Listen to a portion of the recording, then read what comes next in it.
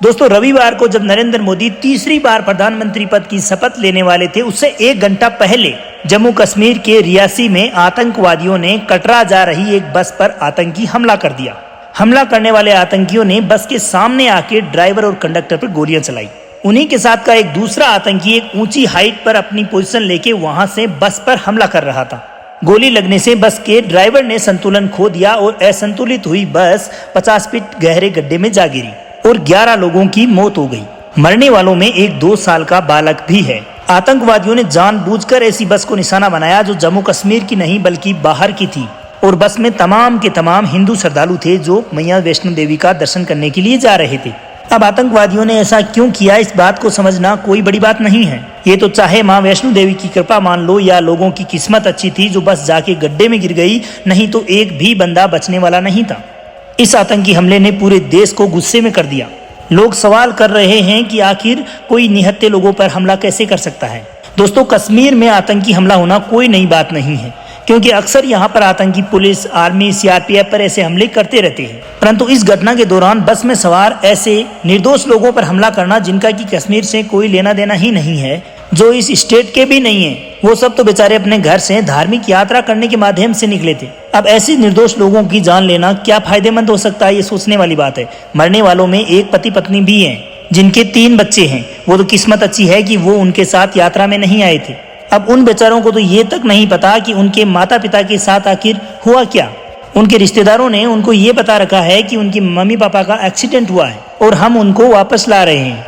हमला करने वाले अपनी तरफ से कोई लड़ाई लड़ भी रहे हैं तो ये कैसी लड़ाई है जिसमें निहत्थे श्रद्धालुओं पर गोली चलाकर उनको मौत की घाट उतार दिया, जिन लोगों का लड़ाई से कोई लेना देना ही नहीं है। और ये भी एक सोचने वाली बात है कि इतनी बड़ी घटना हो जाने के बाद में देश में इतना बड़ा झटका लगा है, इतनी दुखद स्थिति है, उसके बावजूद भी कोई भी सेलिब्रिटी सोशल मीडिया के जरिए भी कहीं पे कोई विरोध करता नजर नहीं आ रहा। मतलब ये ऐसे लोग हैं जो विदेश में अगर कोई छोटी सी भी घटना घटित होती है तो उसका खुलकर विरोध करते हैं, परंतु आज अपने ही देश में इतना बड़ा घटित हो जाने के बाद में भी इस पर चुप्पी साधे हुए हैं। ये सोचने वाली बात है। और यही वे लोग हैं जो घाटी में अगर पत्थरबाजी रोकने के विरोध में सीआरपीएफ के जवानों ने प्लास्टिक की गोली तक चलाई हो तो उसका भी बवंडर बना देते हैं। बार बार मानवाधिकारों की दुहाई देते हैं, छाती पीट पीट कर ये बताते हैं कि इन्होंने गलत किया है। और आज इस घटना में 11 लोगों की मौत हुई है। कितने लोगों ने अपने माता पिता को खो दिया, यहाँ तक कि एक 2 साल का बच्चा भी मारा गया है। इतनी दर्दनाक घटना होने के बावजूद भी इनकी कोई भी इस पर प्रतिक्रिया सामने नहीं आ रही। अब इससे ज्यादा दोगलापन और क्या हो सकता है।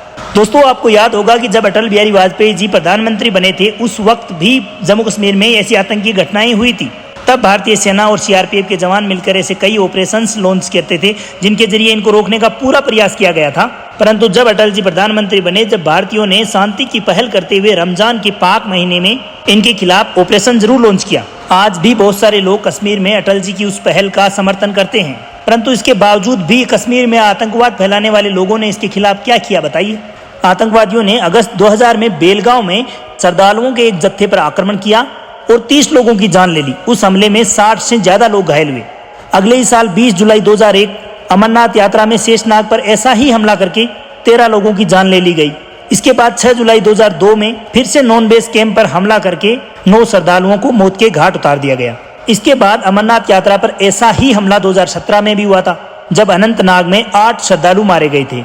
ये तो मैं उन घटनाओं का आपके सामने जिक्र कर रहा हूं जिसमें बॉर्डर पार आतंकियों ने अमरनाथ यात्रा के दौरान श्रद्धालुओं पर हमला किया। अब एक बात ये सोचिए आप लोग कि कुछ देर के लिए हम ये मान भी लें कि ये कश्मीर के कुछ लोग ऐसे हैं जो जंग आज़ादी के लिए ये सब कर रहे हैं, तो मैं उनसे एक ही बात पूछता हूं कि जंग आज़ादी की ये कौन सी लड़ाई है जिसमें आप निहत्थे श्रद्धालुओं पर हमला करके उनको मौत के घाट उतारे जा रहे हो। इन घटनाओं के जरिए आप उन लोगों को मार डालते हो जो अपने घर से आपके घर एक मेहमान की भांति श्रद्धालु बनकर दर्शन करने के लिए आते हैं। ऐसे निहत्थे लोगों को मारने का क्या प्रयोजन है। अरे भाई, बाहर से आया हुआ कोई भी शख्स हमारे यहाँ मेहमान माना जाता है। अपने भारत में ऐसी परंपरा है कि गरीब से गरीब परिवार भी खुद भूखा रह सकता है, परंतु अपने घर आए मेहमान को कभी भूखा नहीं रहने देता।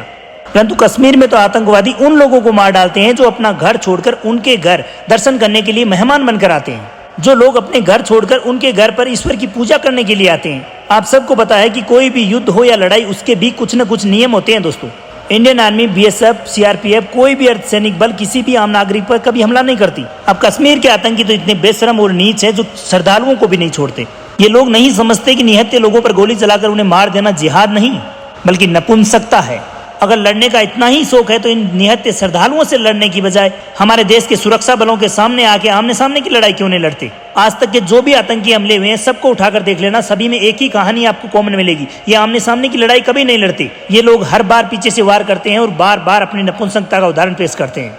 अब कश्मीर के आवाम के लिए भी मेरा एक संदेश है कि कोई भी व्यक्ति ऐसे लोगों का समर्थन ना करे, ऐसे आतंकवादियों को पनाह ना दे जो कि ऐसी देश में घटनाएं घटित करने के लिए ऊंचे मनोबल के साथ में आते हैं। इस घटना का मुझे भी बहुत अफसोस है। मैं सभी देशवासियों से एक बार रिक्वेस्ट करता हूं कि हाथ जोड़कर परमात्मा से एक बार प्रार्थना जरूर करें कि जो भी श्रद्धालु इस दुखद घटना का शिकार हुए हैं, परमात्मा उनके परिवार को शक्ति दे।